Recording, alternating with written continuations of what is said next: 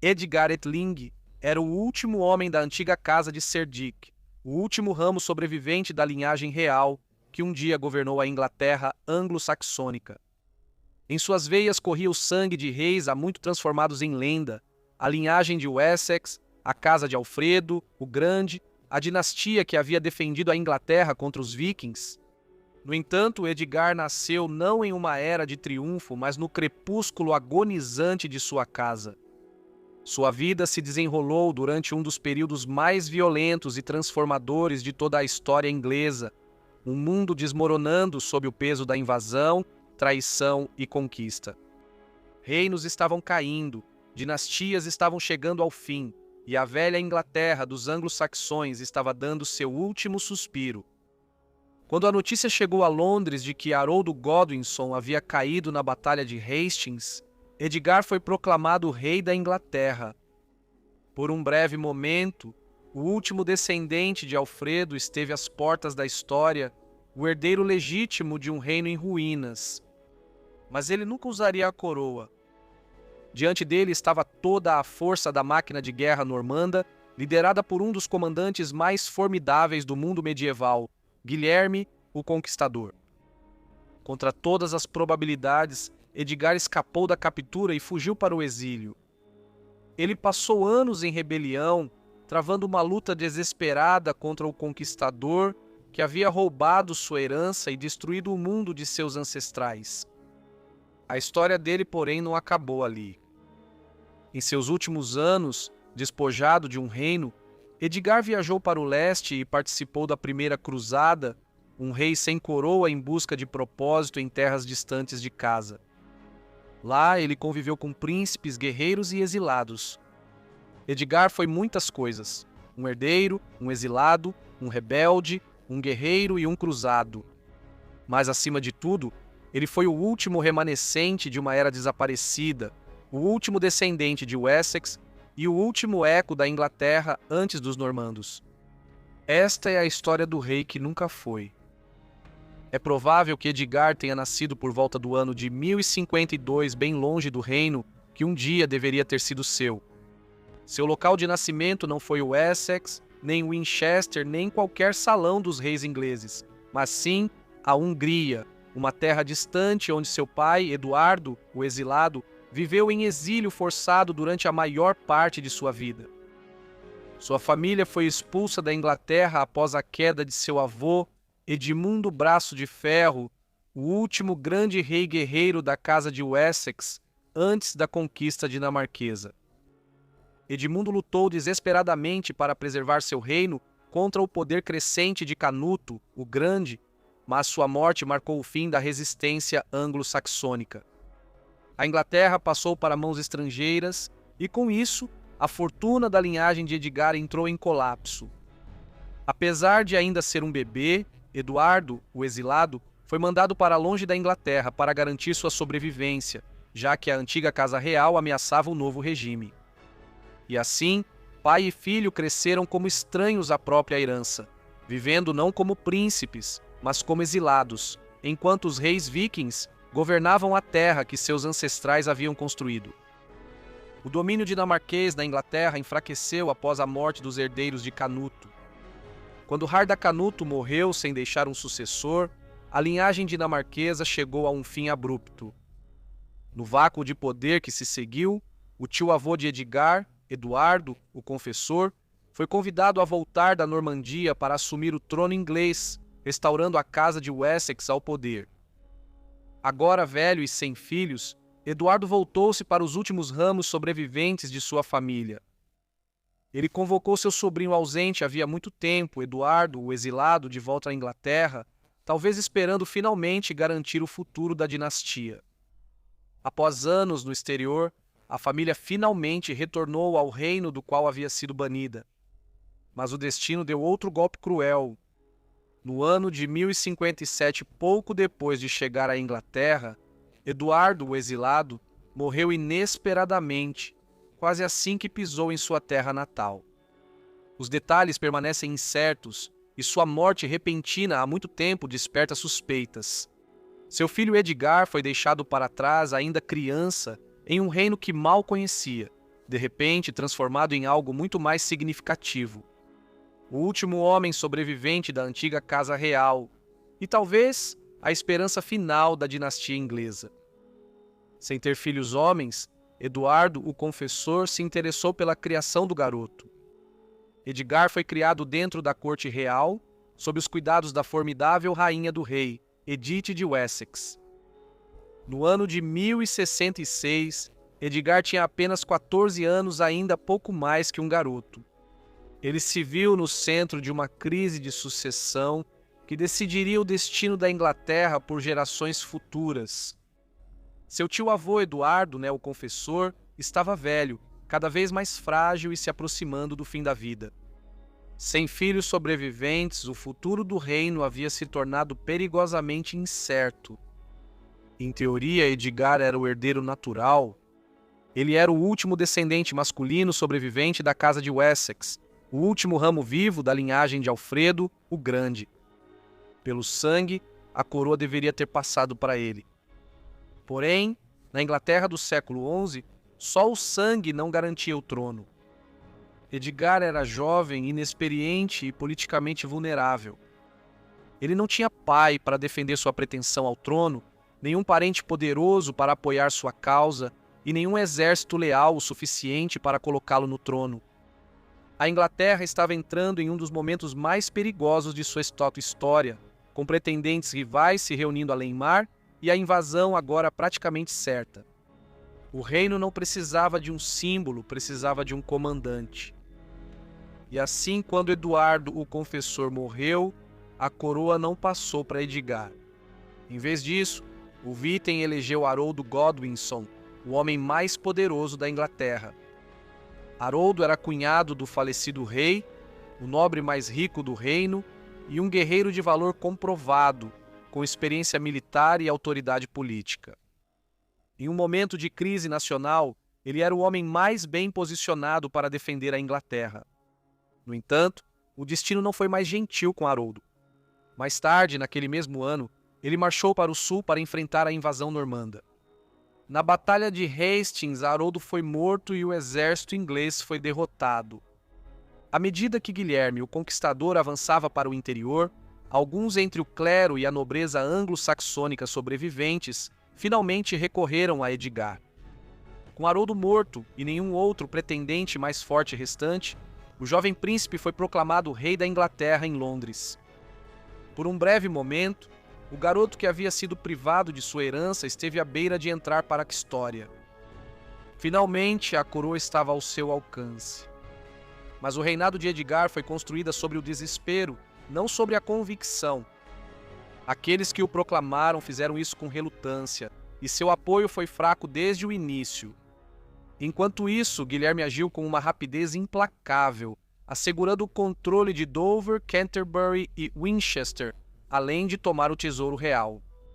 A cada vitória, o poder normando se fortalecia e a resistência inglesa enfraquecia. Com a aproximação do exército de Guilherme a Londres, os apoiadores de Edgar perderam a coragem. Um a um, os principais nobres da Inglaterra o abandonaram.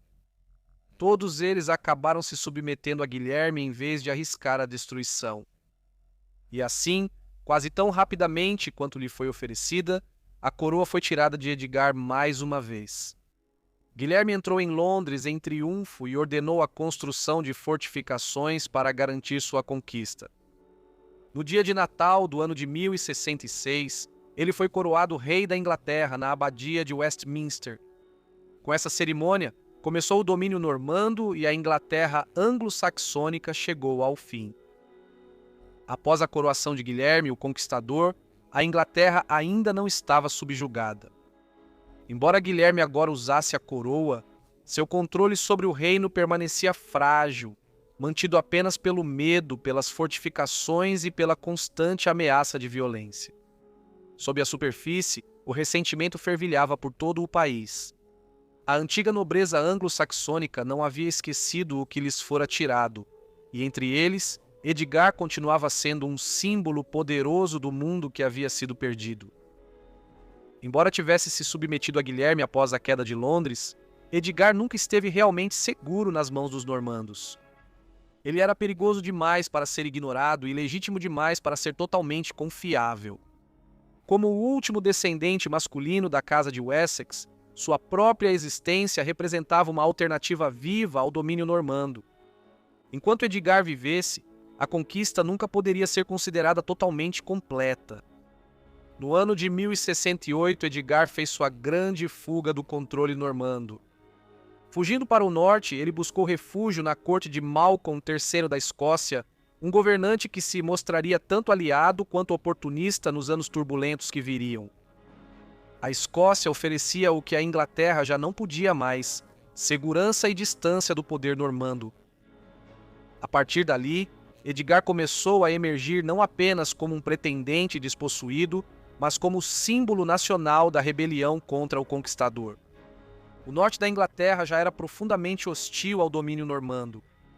A Nortúmbria sempre foi difícil de governar, ferozmente independente e culturalmente diferente do sul.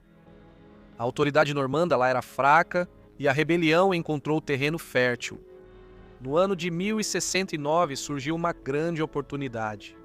Uma frota dinamarquesa chegou à costa inglesa, enviada por Sweynesen da Dinamarca, que via na Inglaterra uma oportunidade e uma herança ainda por reivindicar. Os dinamarqueses tinham antigas reivindicações e ambições ao reino. Para Edgar e os rebeldes ingleses, a chegada deles foi um presente da própria história. Finalmente, eles tinham aliados poderosos e juntos avançaram contra York, uma das cidades mais importantes da Inglaterra e um reduto normando crucial no norte. A cidade já havia se tornado um centro de agitação e a guarnição de Guilherme ali estava vulnerável. As forças aliadas desceram sobre York com rapidez e violência. As tropas normandas estacionadas na cidade foram dominadas e massacradas, e York foi reconquistada com sucesso. Pela primeira vez na Inglaterra, a autoridade normanda sofreu uma grande humilhação. Esse foi o maior momento de resistência de Edgar. Por um breve e embriagante momento, pode ter parecido que a própria conquista ainda poderia ser desfeita. O norte estava em rebelião, as bandeiras do dragão de Wessex tremulavam mais uma vez em solo inglês, e o último herdeiro de Wessex estava no centro de tudo isso. O domínio de Guilherme na Inglaterra subitamente parecia frágil. O antigo reino, afinal, não sumira silenciosamente para a história. Mas Guilherme não era um homem que se deixava abater tão facilmente. Quando as notícias da queda de York chegaram até ele, Guilherme respondeu com a rapidez e a crueldade que o tornaram um conquistador desde o início.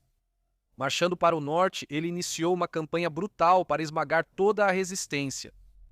Os rebeldes não conseguiram enfrentá-lo em batalha aberta e a aliança deles rapidamente começou a se desfazer. Os dinamarqueses, mais interessados em riqueza do que em guerra constante, mostraram-se pouco confiáveis. York logo foi abandonada e caiu mais uma vez nas mãos dos normandos. Edgar, incapaz de manter a cidade ou reunir uma coalizão duradoura, foi forçado a fugir. A rebelião dele abalou o conquistador, mas não o derrotou. A resposta de Guilherme se tornaria infame. Nos meses que se seguiram, ele desencadeou a devastação do norte, um dos atos de repressão mais devastadores da história medieval inglesa. Aldeias foram queimadas, plantações destruídas, gado abatido e comunidades inteiras deixadas para morrer de fome. E se o boato for verdadeiro, eles recorreram ao canibalismo. O norte foi sistematicamente destruído para que nenhuma rebelião pudesse surgir lá novamente. Não foi apenas punição, foi aniquilação. Edgar escapou mais uma vez, desaparecendo no exílio, levando consigo as esperanças despedaçadas da resistência anglo-saxã. York havia mostrado que o domínio normando não era invencível, mas também revelou a dura realidade de se opor a Guilherme. No início de 1070, Guilherme, o Conquistador, voltou sua atenção para os últimos focos remanescentes de resistência na Inglaterra. Embora a grande rebelião do norte tivesse sido derrotada, Edgar e vários líderes ingleses ainda permaneciam foragidos, recusando-se a se submeter completamente ao domínio normando. Com seus seguidores diminuindo e suas opções se estreitando, Eles buscaram refúgio nos pântanos do leste da Inglaterra ou entre as áreas alagadas e remotas da ilha de Ely, onde o terreno difícil oferecia proteção temporária contra a cavalaria normanda. Mesmo esses últimos refúgios, no entanto, não poderiam protegê-los para sempre. Guilherme avançou contra os rebeldes, expulsando Edgar e seus aliados restantes de seus esconderijos. O que antes fora uma luta por um reino, agora havia se reduzido a uma luta pela sobrevivência. Não restava mais nenhum exército para comandar, nenhuma cidade para defender, apenas a fuga restava. Mais uma vez, Edgar escapou para o norte, para a Escócia, retornando à corte de Malcolm Cade. A essa altura, a Escócia havia se tornado menos uma base estratégica e mais um local recorrente de exílio, um refúgio ao qual ele retornava sempre que a Inglaterra o expulsava novamente. Por um tempo, a Escócia ofereceu segurança, mas nem isso duraria. No ano de 1072, Guilherme marchou sobre a própria Escócia, expandindo o poder normando além das fronteiras da Inglaterra e forçando Malcolm a se submeter à sua suzerania. Entre as condições impostas estava a expulsão de Edgar, que agora era considerado politicamente perigoso demais para continuar sendo abrigado. Mesmo no exílio, Guilherme continuou a eliminar todos os refúgios disponíveis para seu rival. Expulso da Escócia, Edgar atravessou o mar para Flandres, onde encontrou abrigo temporário na corte de Roberto I, o Conde de Flandres, um governante abertamente hostil aos interesses normandos. Mais uma vez, Edgar sobreviveu graças à hospitalidade estrangeira, dependendo da boa vontade de governantes cujo apoio era moldado mais pela política do que pela lealdade. E ainda assim, apesar de tudo, ele resistiu. No ano de 1074, Edgar havia retornado à Escócia mais uma vez, ainda sem estar disposto a abandonar completamente a esperança. Não muito tempo depois, outra oportunidade surgiu. Filipe I da França, ele próprio inimigo de Guilherme, ofereceu a Edgar terras e um castelo perto da fronteira normanda, uma base a partir da qual ele poderia fazer incursões no território normando e talvez começar a reerguer sua posição. Para Edgar, devia parecer que a sorte finalmente estava mudando a seu favor. Ele reuniu seus seguidores e partiu de navio para a França, mas o desastre aconteceu quase imediatamente. Uma tempestade violenta destruiu os navios de Edgar na costa inglesa, acabando com a expedição antes mesmo que ela realmente começasse. Muitos de seus companheiros foram capturados ou caçados pelas forças normandas enquanto tentavam fugir. O próprio Edgar escapou por pouco mais uma vez, sobrevivendo onde muitos ao seu redor não conseguiram, e fez a longa jornada de volta à Escócia por terra. Vez após vez, a esperança surgia diante de Edgar apenas para desaparecer tão rapidamente. Um trono perdido na juventude, rebeliões esmagadas, alianças rompidas, exílio após exílio. E agora, quando uma última chance parecia surgir, até o próprio mar havia se voltado contra ele. Após essa última catástrofe, as perspectivas restantes de Edgar praticamente desmoronaram. Seus aliados estavam exaustos, sua causa cada vez mais sem esperança, e os anos de peregrinação não haviam rendido nada além de refúgios temporários e decepções repetidas. Por fim, Malcolm III da Escócia o convenceu a buscar a paz. Edgar fez um acordo com Guilherme e retornou à Inglaterra, não como rei nem como pretendente, mas como súdito do homem que havia tirado tudo dele. Com isso, ele abandonou qualquer esperança real de recuperar o trono de seus ancestrais. Há algo profundamente trágico na história de Edgar. Ele possuía o direito de sangue mais forte na Inglaterra, chegou a ser proclamado rei por um breve período e sobreviveu a muitos dos homens que antes estavam entre ele e o trono. Edgar não foi destruído por uma derrota decisiva, nem arruinado por um único erro catastrófico.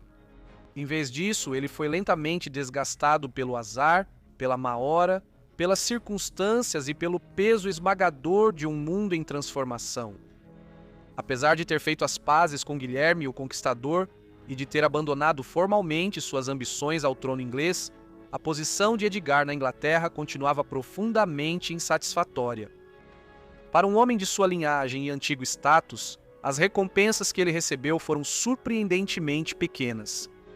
Edgar recebeu muito pouco de real importância sob o domínio normando.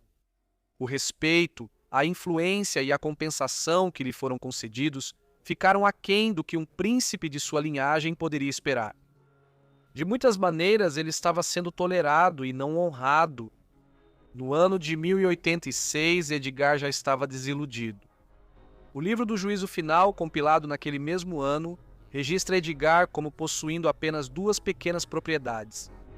Edgar nasceu no exílio, teve o trono ao alcance por um breve momento, lutou em rebeliões, suportou anos de errância e dificuldades. E ainda assim, depois de tudo isso, viu-se reduzido a um pequeno proprietário de terras no reino. Um reino que deveria ter sido seu. Não era o bastante. Decepcionado tanto pela falta de recompensa quanto pelo respeito limitado que lhe foi dado, Edgar tomou uma decisão movida pela inquietação.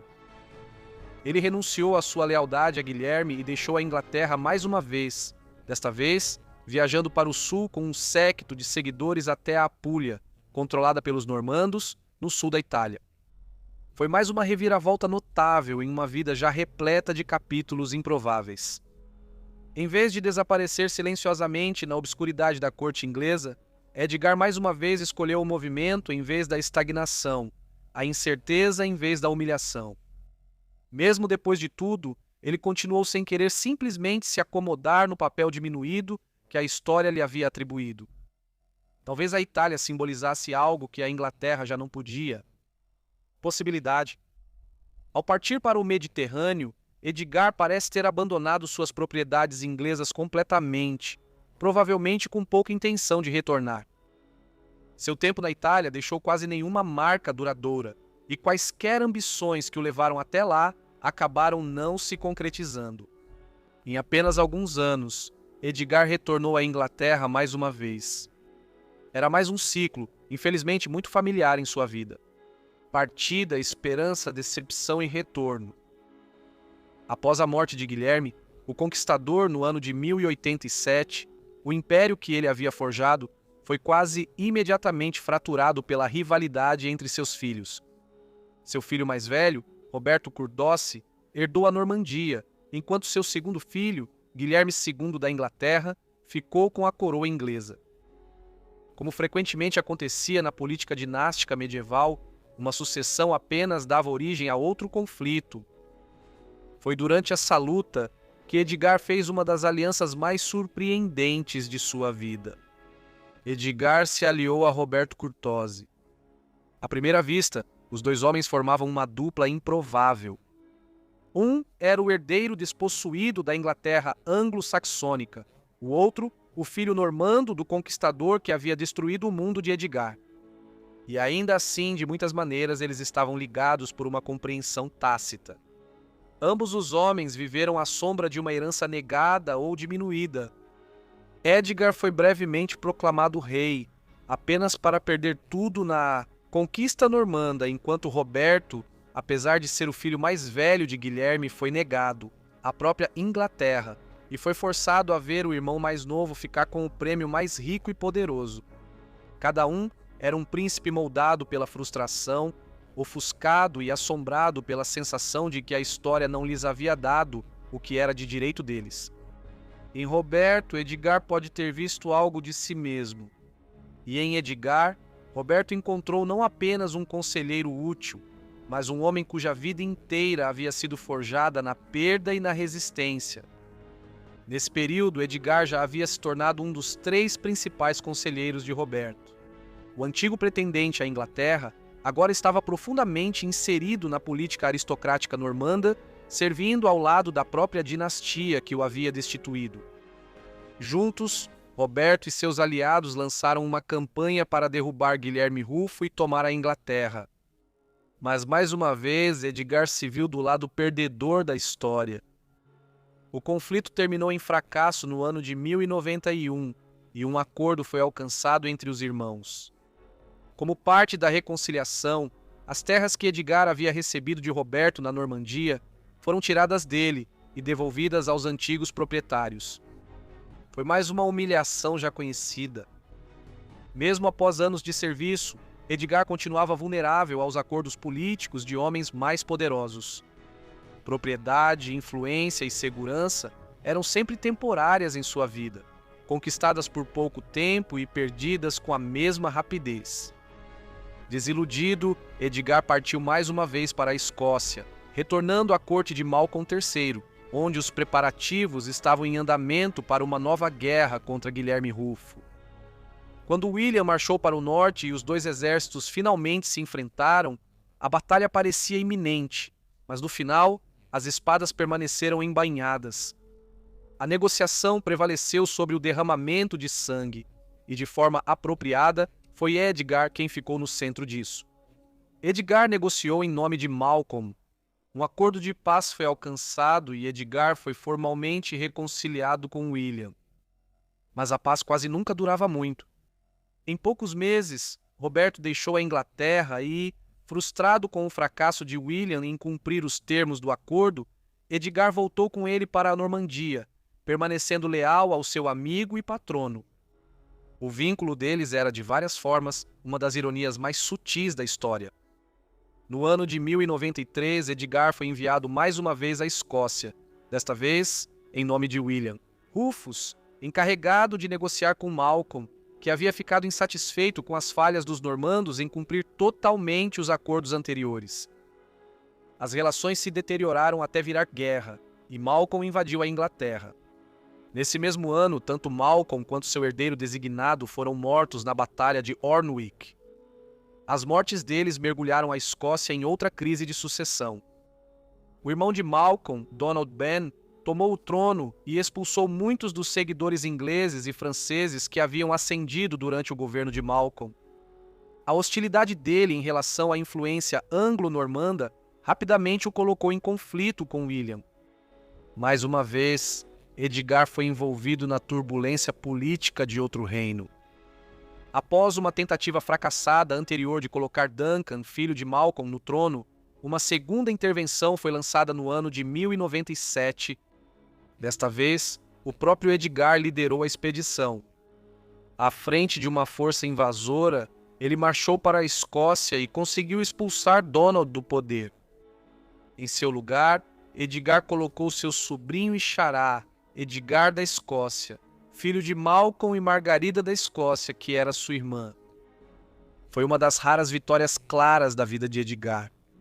Embora não pudesse se restabelecer no trono da Inglaterra, ele ao menos conseguiu colocar um membro da família em um trono em outro lugar. Foi um tipo modesto de triunfo, mas um triunfo mesmo assim. No final do século XI, Edgar já era um homem sem uma verdadeira pátria. A Inglaterra estava perdida para ele. A Escócia ofereceu apenas um refúgio temporário e a Normandia trouxe lealdades instáveis e alianças incertas. Até suas investidas na Itália renderam pouco de valor duradouro. Onde quer que viajasse, Edgar continuava sendo o que sempre fora. Um príncipe despojado de sua herança, circulando entre as cortes, guerras e ambições de outros homens. Talvez não seja surpresa, então, que quando o chamado para a primeira cruzada se espalhou pela cristandade, Edgar foi atraído para o Oriente. Para um homem cuja vida foi definida pela perda, a cruzada talvez tenha oferecido algo que seus anos anteriores não puderam: clareza. Aqui não havia reivindicações disputadas, nem rebeliões fracassadas, nem humilhação interminável nas mãos de reis e conquistadores. Havia apenas guerra a serviço de Deus. Para Edgar, essa jornada pode ter representado mais do que devoção religiosa. A essa altura, ele já havia passado décadas perseguindo uma coroa que nunca poderia recuperar. A cruzada pode ter lhe dado algo mais simples: propósito. Talvez após anos de peregrinação, Edgar já não buscasse mais um reino. Talvez ele só buscasse um sentido ou até mesmo uma morte honrada. E mais uma vez Edgar não estava sozinho. Acompanhando-o nessa jornada estava seu improvável amigo, Roberto Curtose. Para todos, os dois pareciam inimigos naturais. No entanto, a história os uniu em vez disso. Em março do ano de 1098, Edgar aparece mais uma vez nos registros históricos durante uma das grandes campanhas da Cruzada. No dia 4 de março, uma frota tripulada por ingleses chegou a São Simeão, o porto que servia a cidade sitiada de Antioquia. A frota, provavelmente composta em parte por ingleses a serviço da guarda Vareg, era comandada pelo próprio Edgar e transportava materiais de cerco vitais enviados pelo imperador bizantino para ajudar os cruzados. Embora Edgar não seja diretamente mencionado como participante das grandes batalhas campais da cruzada, como o cerco e a eventual captura de Antioquia, sua presença em São Simeão o coloca firmemente dentro de uma das operações militares mais importantes da época. Mesmo décadas após o exílio, rebeliões fracassadas e vagar pela Europa, Edgar mais uma vez viu-se no centro de um evento que moldou o mundo. Só que agora o destino em disputa não era a Inglaterra, mas sim a Terra Santa. De acordo com Guilherme de Malmesbury, Edgar viajou até Jerusalém, provavelmente como peregrino após o término das campanhas militares. E no ano de 1102 dizem que ele completou sua peregrinação à cidade sagrada. Há algo profundamente poético nessa imagem. O último descendente masculino de Alfredo, o Grande, que foi brevemente proclamado rei da Inglaterra, agora caminhando pelas estradas de Jerusalém como um peregrino. Mesmo aqui, no entanto, Edgar continuou fiel ao padrão inquieto de sua existência. Em sua viagem de volta, ele teria recebido ofertas de ricos presentes e posições honrosas nas cortes tanto do imperador bizantino quanto do imperador alemão. Qualquer um dos governantes teria ficado feliz em manter um príncipe de sua experiência e reputação a seu serviço, mas Edgar recusou ambas as ofertas. Em vez disso, ele escolheu retornar ao Ocidente. Ele não pertencia de verdade a Bizâncio, nem a Normandia, nem mesmo a Jerusalém. No entanto, a essa altura, é difícil dizer se ele realmente pertencia à Inglaterra também. Edgar havia se tornado algo raro e profundamente trágico. Um homem permanentemente suspenso entre mundos, anglo-saxão de sangue, moldado pela conquista normanda, acolhido no exterior, mas enraizado em lugar nenhum. A cruzada pode ter lhe dado um propósito por um tempo. Pode até ter lhe dado uma espécie de paz, mas não poderia restaurar o que havia definido sua vida. Um reino, um lar e um destino realizado.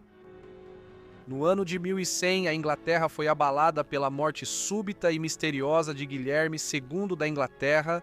Enquanto caçava na New Forest, o rei foi atingido por uma flecha e morto em circunstâncias que permanecem sob suspeita até hoje.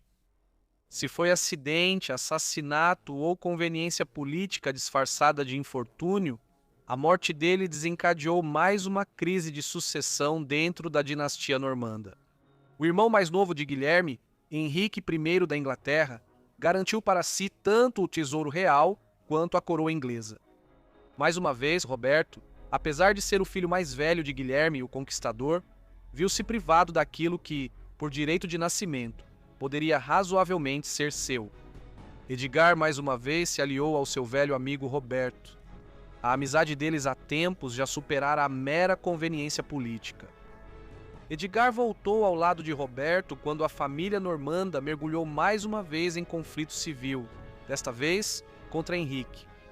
A luta culminaria no ano de 1106 na Batalha de Canterbury, um confronto decisivo que determinaria o futuro da Inglaterra e da Normandia. Na batalha, Roberto e seus apoiadores enfrentaram as forças de Henrique naquele que se tornaria o último grande risco da vida política de Roberto.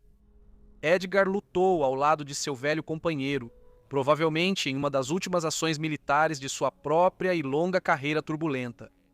Agora, ambos já estavam mais velhos, desgastados por anos de ambições fracassadas, alianças rompidas e decepções que passaram a definir suas vidas.